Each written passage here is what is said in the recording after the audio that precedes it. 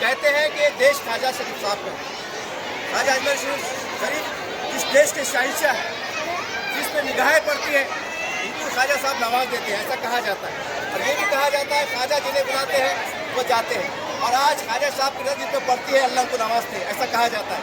बहरहाल एक बहुत बड़ी बात है, औरंगाबाद जिले के अंदर, पूरे मराठवाड़े के अंदर चौधरी फैमिली ने इतना बड़ा काम करती है।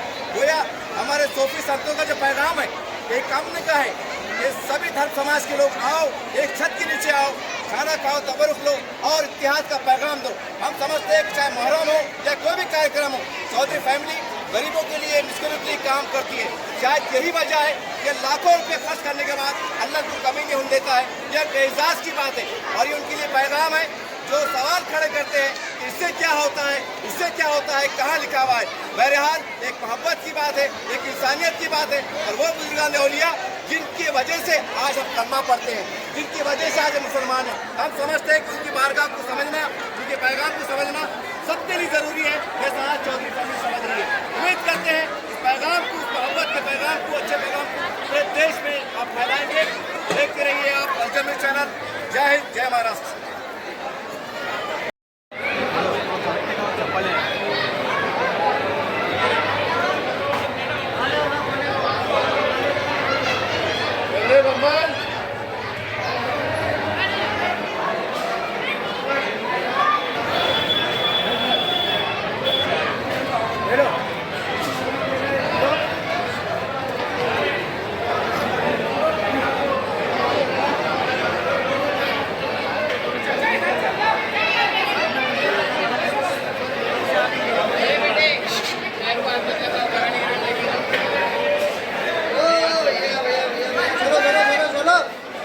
भैया सर को बाजू में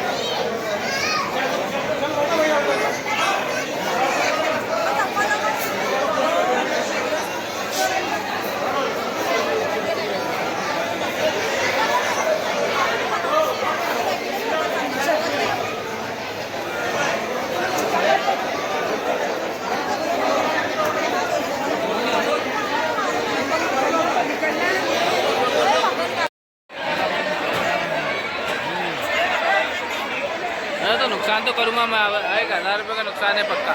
कितने भी वीडियो बना दो अभी इनको प्रोग्राम के, नहीं डालना, नहीं बोल रहा, डायरेक्ट नहीं बोला बंदा।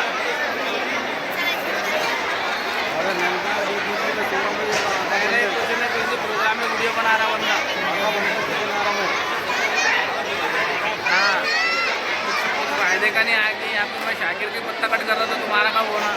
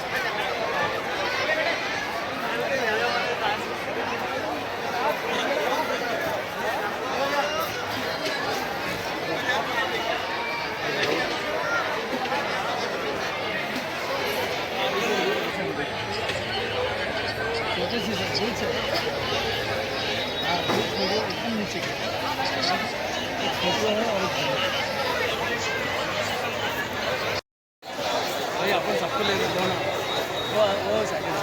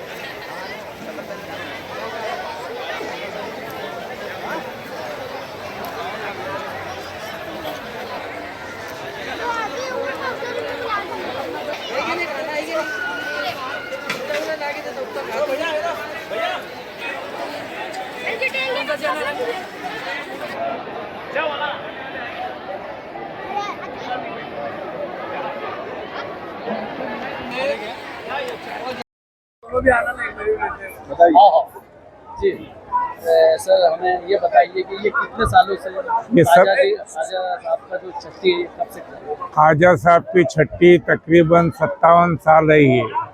ये हमारे वालिद साहब करते थे, उसके बाद में हम करते, उसके बाद हमारे बच्चे कर रहे। ये 3 पीढ़ी से चल रहा है हमारा काम। और हमने ख्वाजा साहब से दुआ करे कि हमारा क़यामत तक ये प्रोग्राम चलता रहे। और हमने नया स्कीम एक चालू करा कि गरीब लोगों को संजय नगर, बाजीपुरा, इधर उनको जाके दावत देना लेडीज को, और खाना खिलाना, 50 रुपए देना। किसी के पास 2-3 बच्चे रहते हैं उनको 10-10 रुपए देते हम। ये बताइए कि ये छठी शरीफ के अलावा और कौन से त्योहार? हम इसके लिए 10 मुहर्रम, उसके बाद में 10 मुहर्रम के बाद में 12 रब्बीउल अव्वल, 12 रब्बीउल अव्वल के पास गौस पाक, उनके पास 10 मुहर्रम। 10 मुहर्रम को 67 साल हो रहे हैं। खाने का सिलसिला चालू है। ये हमारे 3 पीढ़ी से चालू है ये सिलसिला। 40-50 साल हो गए। 57 साल हो गए। हाँ। आपका नाम बोलिए सर। मेरा नाम फतेह मोहम्मद चौधरी है। सर अली चौधरी साहब किसी नाम और परिचय के मोहताज परिवार चौधरी फैमिली किसी नाम और परिचय के मोहताज ये कामों के अंदर ज़्यादा से ज़्यादा बढ़कर हिस्सा लेते हैं, बढ़ चढ़ कर हिस्सा लेते हैं। तो क्या कहेंगे आज छठी शरीफ के बारे में? छठी शरीफ तो ये तो हम तो 57 साल के कर रहे हैं।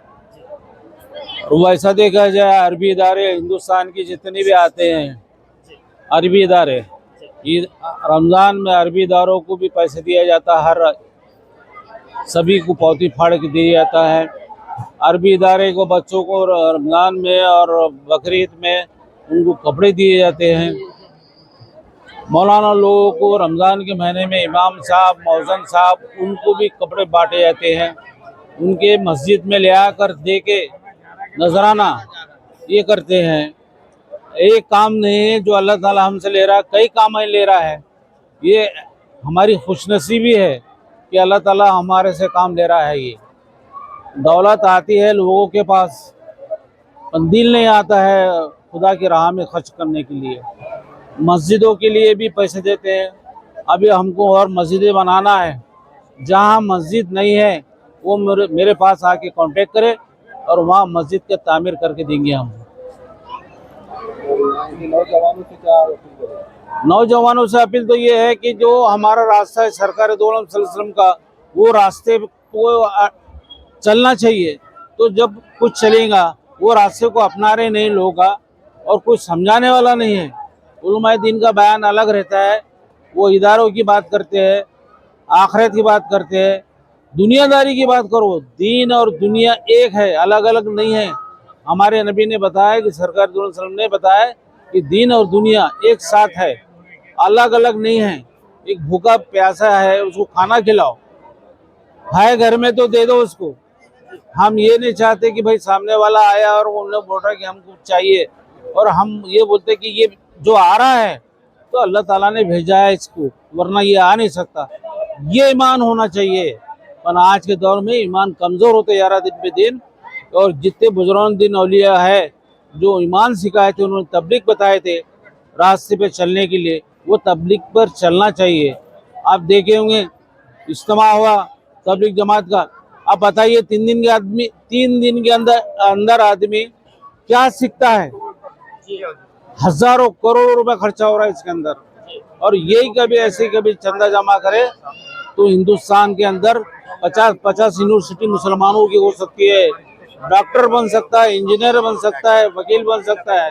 पर हमारे पास वो मुहिम नहीं है। चलो बोले भाई क्या चलना है, 3 दिन का से चलो, 40 दिन का से चलो, 4 दिन का से चलो, करो। वो भी मेरा ये कहना है उलमा दीन से, मेरा ये कहना है उलमा दीन से कि जो सरकार दो आलम सल्लम का तरीक़ा था उनको देख के लोग इस्लाम कबूल करें। जहाँ कि उन्होंने ये नहीं बताया कि भाई चलो जमात में चलो, ये नहीं निकाले उन्होंने। वली अल्लाह लोगों को उन्होंने भेजा गया है कि जाओ हिंदुस्तान के अंदर तबलीग करो।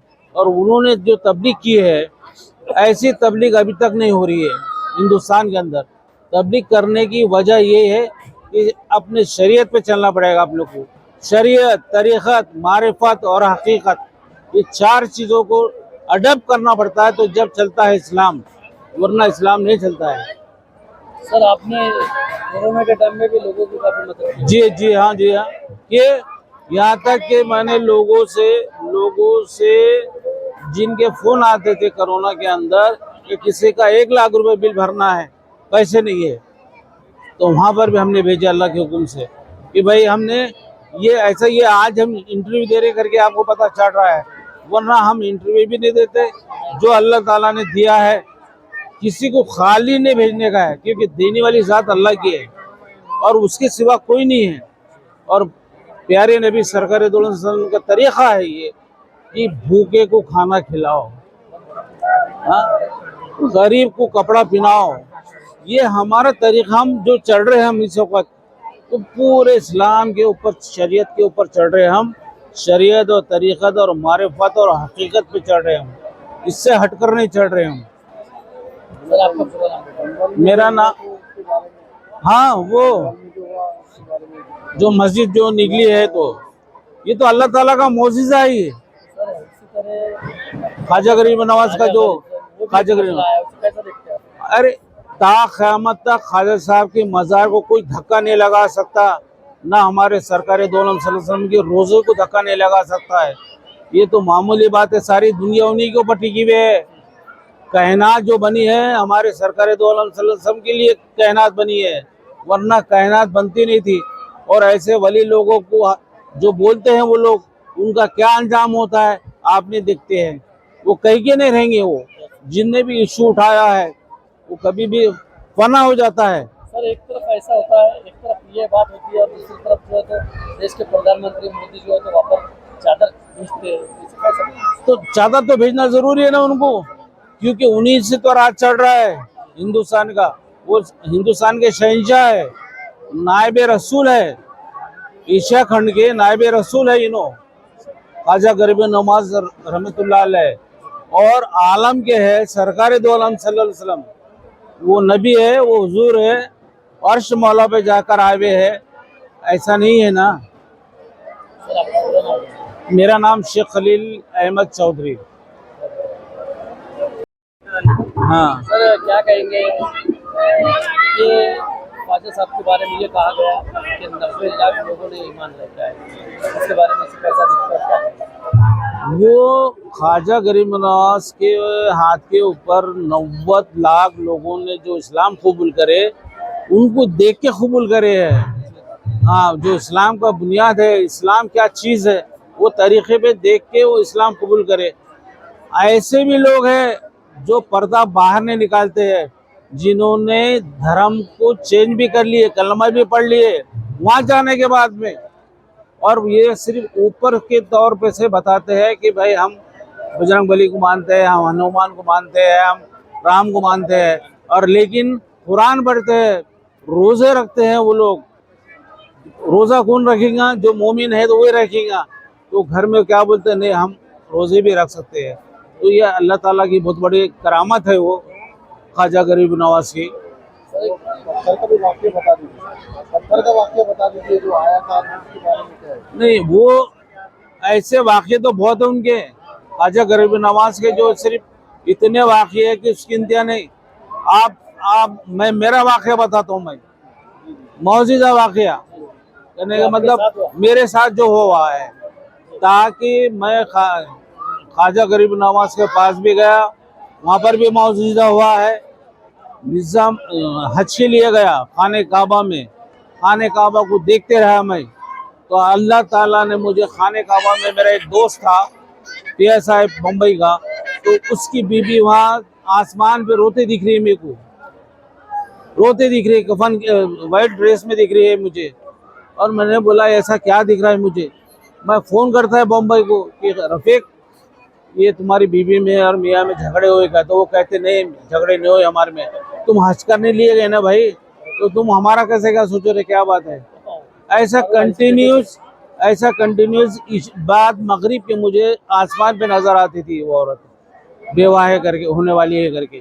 तो मैंने मेरे को उर्दू नहीं आता है, तो मैंने दूसरे आलिम से उर्दू लिखने लगाया और कहा कि बेटी तुम्हारी बेवा होना चाहती है, बेवा हो रही है, अगर बेवा हो रही होंगी, अगर बेवा नहीं चाहते हैं तो उसको तलाक ले लो, वरना न तो तुम्हारी बेटी बेवा होने वाली है। ये मैंने उर्दू में लिख के भेजा था।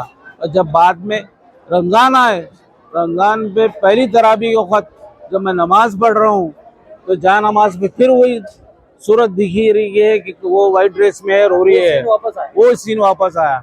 फिर मैंने लेटर भेजा उनको, तो लिख के भेजने लगाया। मतलब बाद में देखेंगे, जो उनके घर में भी खाते पीते थे हम, वो दोस्त के पास भी रहता था मैं, तो उनका दिल क्या बोलता था हूँ जब कि ये आदमी हमारा खावा थाली में और हमारा बुरा चित रहा है। और जब बाद में उनने रमज़ान के 3 दिन के बाद में मैंने उसको फ़ोन करता है, तो बोले मैं बीमार है, मेरी तबीयत ख़राब हो गई। 3 दिन के बाद में कोमा में चले गया, 3 दिन के बाद में कोमा में चले गया। हाँ, तो ये अल्लाह ताला की देन है, अल्लाह सबको नवाजते हैं, तो देखने वाला चाहिए वहाँ। हाँ, वैसे ही ख्वाजा गरीब नवाज के पास मैं जा रहा ट्रेन के अंदर, तो मैं बोला मैं तो अभी ट्रेन से आ रहा हूँ, बाद में मेरे को प्लेन से बुलाना तुमने क्या? ये मेरी दीवान। जब मैंने बोला खैरात किया, मैंने मतलब एक फ़कीर मिलना मेरे को खैरात कैसे, तो फ़कीर मिला तो फ़कीर ने कहा कि बोले मुझे पैसे चाहिए, मतलब लो आप। और फ़कीर को पैसे देते ही फ़कीर गायब हो गए। और बाद में मैं गया तो मेरी फैमिली के साथ प्लेन से गया मैं, जयपुर गए, जयपुर से भी बाद में से अजमेर, और कार से गए और कार से आए। मेरी वालदा, मेरे वालिद साहब, मेरी बीबी, हम सब प्लेन से गए। वो नवाजने पे है वो। यहाँ तक आपको ये जो मौजूदा है, और बताता मैं, हाजी अली का वाक़या है। हाजी अली में रोज़ाना 24 घंटे में रोज़ाना करिश्मा है उनका, जिंदा करिश्मा है, जो पानी हट जाता है और फिर पानी आता है। गवर्नमेंट कितनी वक्त बोली कि बॉम्बे डूबने वाली है, पानी की लाट समंदर तक वहां से निकलती है तो होटल ताज को टकराती है, वो होटल ताज टकराती है गेट ऑफ इंडिया के पास है। पर हाजी अली की मजार कभी डूबती नहीं। वहाँ का एक मौजूदा है, एक मेरा दोस्त था मरूम अली बिन असलम बारशद करके, वो सऊदी अरब को जा रहा था सर्विस को। मैंने बोला चल मला दरगाह को मला, तो बोले मैं दरगाह को मानता नहीं। तो मैं रोड पे खड़े के ये बोला हाजी अली साहब आपका जिंदा करिश्मा है ये, और ये जो करिश्मा 24 घंटे होता है, तो ये मेरा दोस्त कल सऊदी नहीं जाना तो मैं आऊंगा तुम्हारी मजार पे, वरना मजार पे नहीं आऊंगा।